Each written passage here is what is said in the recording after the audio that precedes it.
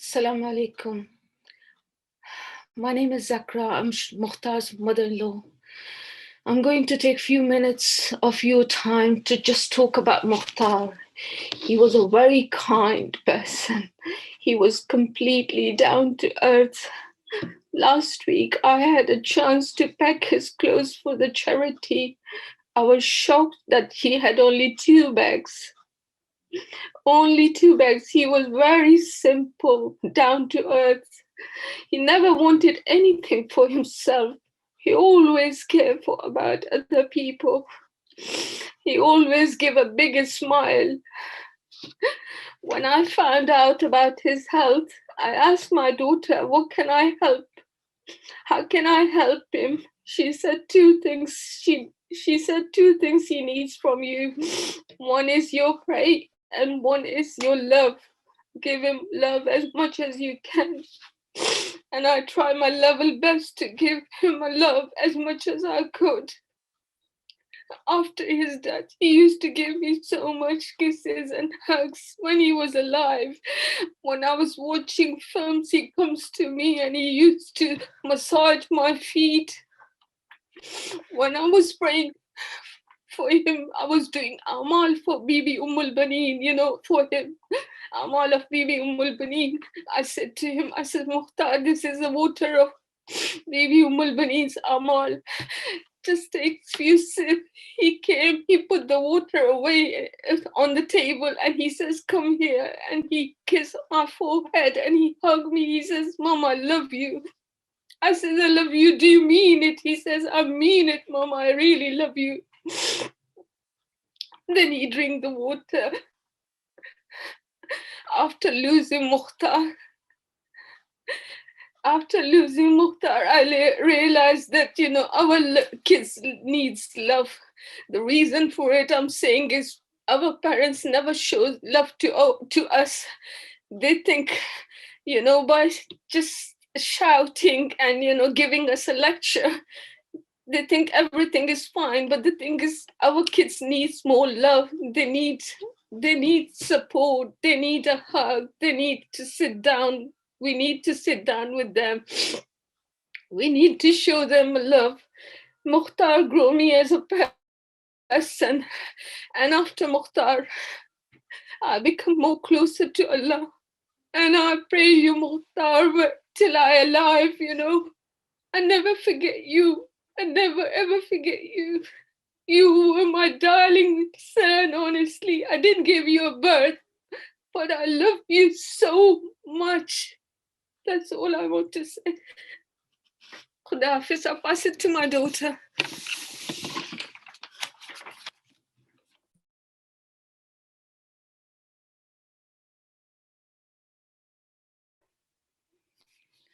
Thank you. Bismillahirrahmanirrahim. So the reason I've decided to speak today is I know in my heart, like, nothing I can say about Mukhtar will for a second do justice to just how amazing, how incredible my husband was. But I feel like if I share some of those memories, those of you that didn't get to spend as much time with him, those of you that didn't get the opportunity to meet Mukhtar, hopefully by just learning about some of our memories together, you'll feel a bit closer to him. And I'm hoping if you feel closer to him, you're then more likely to remember him in your du'as.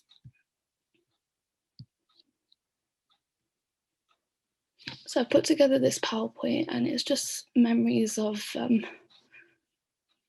us. And yeah, Mukhtar and I, we met February last year. We actually met through Shia Match. And when we first started speaking, like, we were just vibing straight off the bat. And after a couple of days, we decided, okay, we're going to speak on the phone. And I can't explain it. But after that phone call, I was like, this is the man I'm going to be married to. And it was crazy because he felt the exact same way. We were head over heels for each other. And And we were so happy because we learned that Mukhtar's sister Mehdiya and my cousin Sarah, they were best friends. And I'd actually met Mehdiya like a decade ago. So it felt like fate, like the families knew each other, and we just got along like a house on fire. So alhamdulillah for meeting Mukhtar. And during those few months, like while we were speaking, it was long distance, right? Because he was in Canada and I was here in the UK. But the connection was just unreal. Like, that was my best friend. Was my best friend. And so what happened was we decided, okay, we're gonna meet up. So he flew in for my birthday in June. And normally, like, anyone that knows me well knows I'm the type of person that takes pictures of literally anything and everything. I love treasuring memories. I love holding on to photos. But if you've ever been in love, really been in love, I think you'll understand.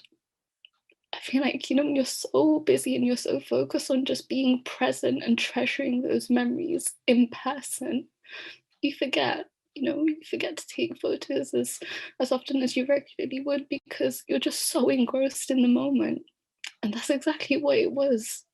That's exactly what it felt like. It felt like a fairy tale. And so Mukhtar came and he met my family, and I'm going to share some pictures. So this is at the end of family dawahs, all of the cousins are like, smoking shisha, just vibing, talking, catching jokes. And I'm looking around, I'm like, where's Mukhtar? And Mukhtar sat on the floor playing double with my nieces, Inaya and Nur, and they adored him so much. And then there's a picture here on the right of Mukhtar just photobombing one of our pictures. But yeah, he was just a sweetheart. And like, the little ones, like, they'd come up to us and they'd be like, oh, can we play a game? Can we play a game? And most of us would be like, yeah, we can. Just give me a couple of minutes. And Mukhtar would drop everything that he's doing. If a child asks him something, he did not have it in his heart to turn them away. In fact, if anyone asks anything of him, like, he did not have the heart to turn them away and say no. So he'd drop everything and he'd just be sat on the floor, just living his best life with these kids. And it was just the sweetest, purest thing to see. So yeah, these are just a couple of memories from when he came down for my birthday. And then what happened, actually, before I move on to that, so what happened was he was here for about 2 weeks, and I remember towards the end of our trip, I was driving him to the airport from London to from Leicester to London Heathrow Airport, and it's a 2-hour journey.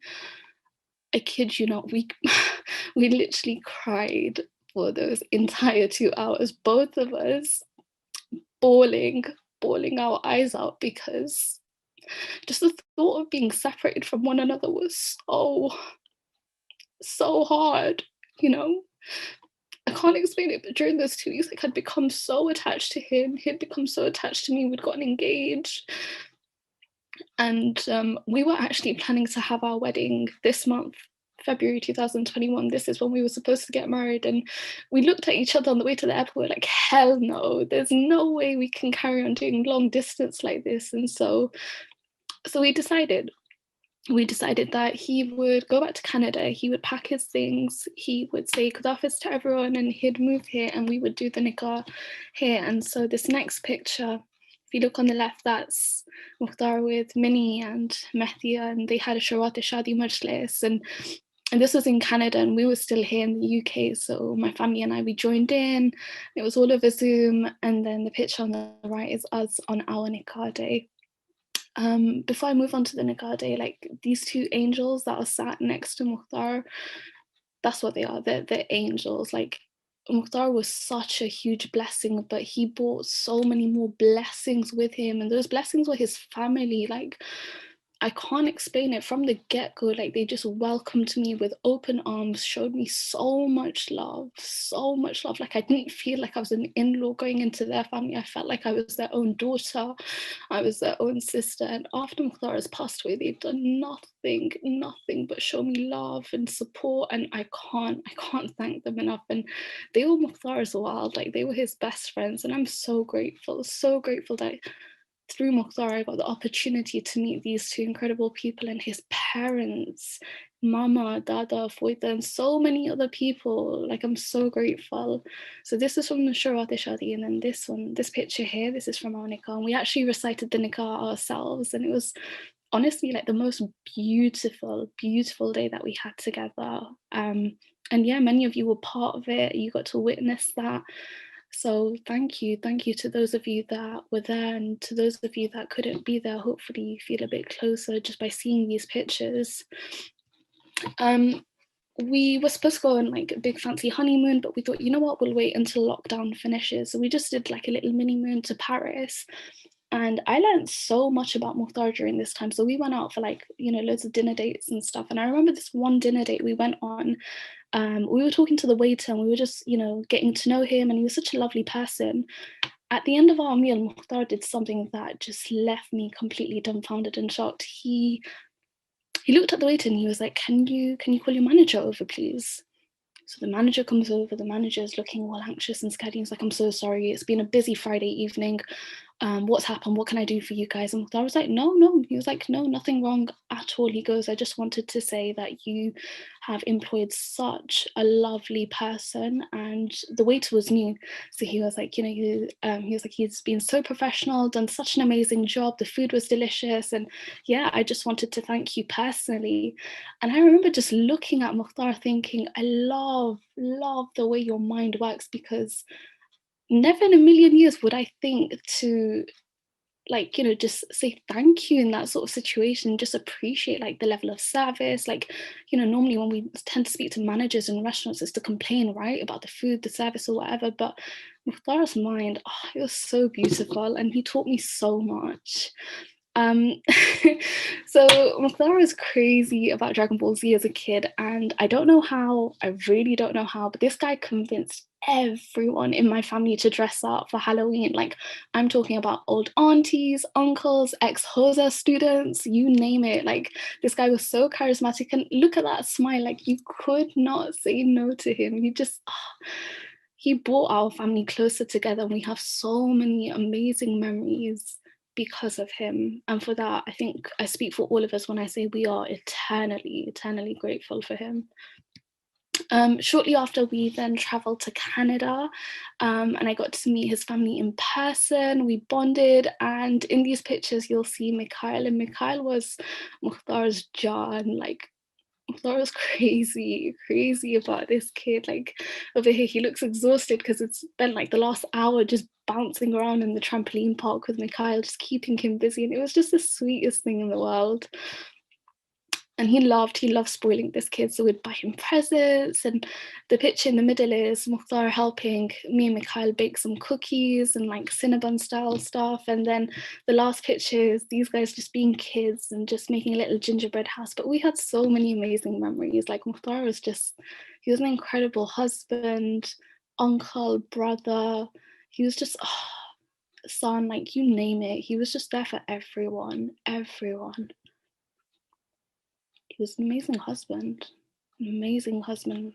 I have so many beautiful memories with him, and these are memories that I'm going to hold on to forever. Like, he taught me to be kinder, to be more understanding, to be more empathetic, less judgmental. Like, the list is endless. And those of you that know Mukhtar personally can attest to his amazing attributes. So I have this thing. I hate going to people's houses empty-handed. And so my sister Methia was like, listen, we have a girls' night at one of my friend's house while I was in Canada. And she was like, you know, come along, you'll get to meet them. So I went to their house. But before going, I was like to Mukhtar, I was like, look, I don't want to go empty-handed. I want to make something. He was like, yeah, what do you want to make? I was like, I want to make like a little bouquet kind of thing with like flowers and chocolate strawberries. And he was like, yeah, let's do it. So he took me gallivanting all around Kitchener. We went to so many different stores, and this floral arrangement that you're looking at, Mukhtar helped me make that. Like, he did it with me, and he was just so excited to just be spending time with me. Like, it didn't matter what it was, he was just all for it. And he was so talented. Like, look how beautiful it's turned out. And it wasn't just this. So this picture here that's on the left, that's a cake that we baked together, and the writing is actually Mukhtar's writing. So he went over that, he did that all himself. And at the end of it, like, he looked so pale. I was like, John, are you okay? And he was like, yeah, that's just really stressful. But he was laughing about it afterwards, and he just had so much fun. And then he loved eating healthy. So if anyone knew Mukhtar personally, you know he's all about gym, fitness, eating clean. So this picture in the middle is like a little Buddha bowl that we put together when we had like a little date night with our friends that had come home. So he'd actually made that himself. And then this picture at the end is hot chocolate that he had made when he came back from Canada. He brought back some hot chocolate powder.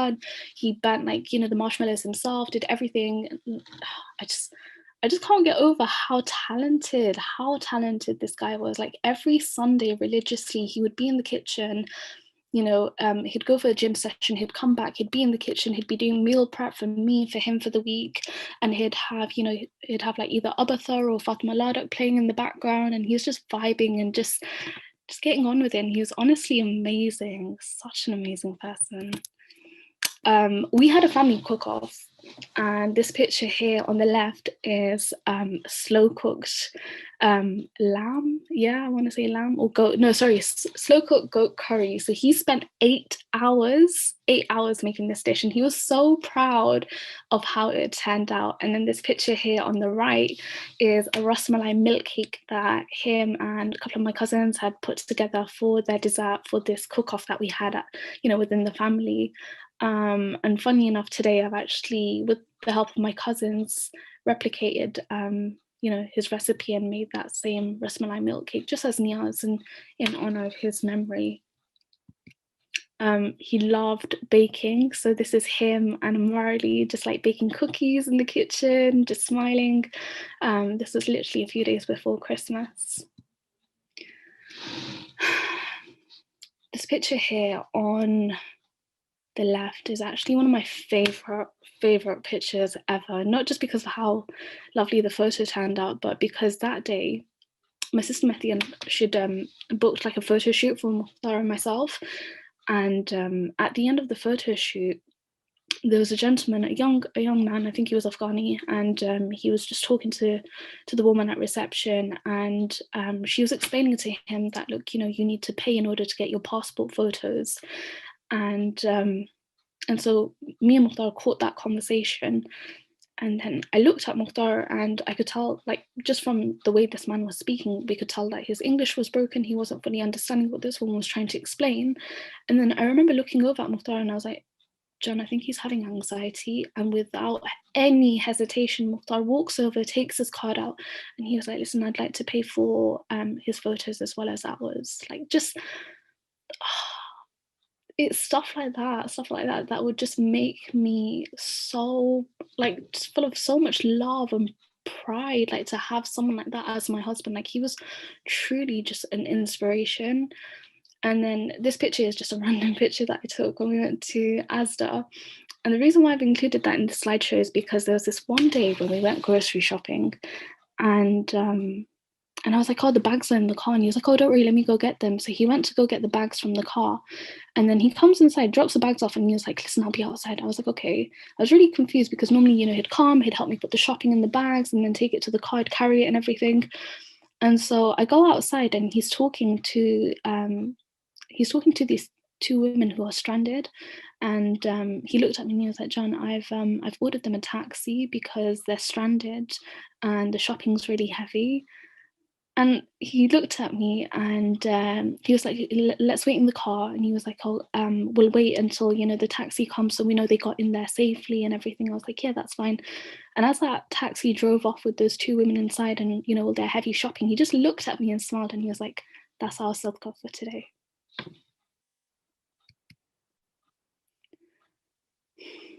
Again, just more amazing memories that I have with him. And I remember sending one of these photos to one of my friends, Sana, in London, and this is her response. And she was right. Like, I feel like anyone that saw us together could just see how lucky I was. Honestly, don't think I could have asked for a better husband, a better best friend. This last photo here is the one on the left was taken literally a few days before he died, and It's the last photo that I have of us together. And little did I know that literally a few days later I'd be praying Surah Yasin and reciting over his grave. Oh God. Mukhtar broke my heart. He broke my heart by leaving, but I know he didn't mean to. And those of you that were following me on Instagram when I was on Instagram before know this, that I spent quite a while just feeling really angry and really, really confused. I'm 26 and I lost my husband literally a few months after being married to him. And I couldn't understand. I couldn't understand why. I couldn't understand who I'd wronged that bad or if I was being punished. Like, it just, nothing made sense. And then after a few weeks, I had a dream, and Mukhtar actually came to me in that dream, and I just remember looking at him and I was like, John, what are you doing here? And he said, Allah sent me to you because he could see how devastated you are. And wallahi al-azim, since that day, I feel like I've just done a 180. Like, it all just makes sense now. All of it. Like, if Allah could part the sea for Prophet Musa, if he could give Prophet Zachariah a son after all those years, you know, how could Allah not keep Mukhtar longer in this dunya? Of course he could, but Allah has wisdom. There is a reason behind everything that Allah does. And we always talk about, Allah loves us 70 times more than our own mothers. I know. You guys heard my mom speak. You know how much love my mom had for Mukhtar. You have no idea how much his own mom loved Mukhtar, So I feel like if as a mother, like, she'd do anything, they would do anything to bring him back within a second. Of course, if Allah knew in his infinite wisdom it was beneficial for Mukhtar and for those around him to bring him back or to keep him longer, he'd move mountains to make it happen. But there's a reason Mukhtar isn't here with us, and there's a reason why we go through the trials and tribulations that God puts in our path. And I think the biggest challenge is just trying to see God's beauty in all of it. And I think Mukhtar's really helps me. He really, really helps me in seeing the beauty in the struggle. And I just want to take this opportunity to thank him and to thank all of you for your countless love, your du'as, your blessings, those of you that message me personally or message those around me, those of you that have supported the Just Giving page. Like, honestly, thank you to each and every one of you, and thank you for giving me this opportunity to share some of my memories with Mukhtar. I'd like to end this with just asking you all to join me in reciting Surah Fatiha for him. Bismillahir Rahmanir Rahim. Alhamdulillahi Rabbil Alameen Ar-Rahmanir Rahim Maliki Yawmiddin إياك نعبد وإياك نستعين اهدنا الصراط المستقيم صراط الذين أنعمت عليهم غير المغضوب عليهم ولا الضالين اللهم صل على محمد وعلى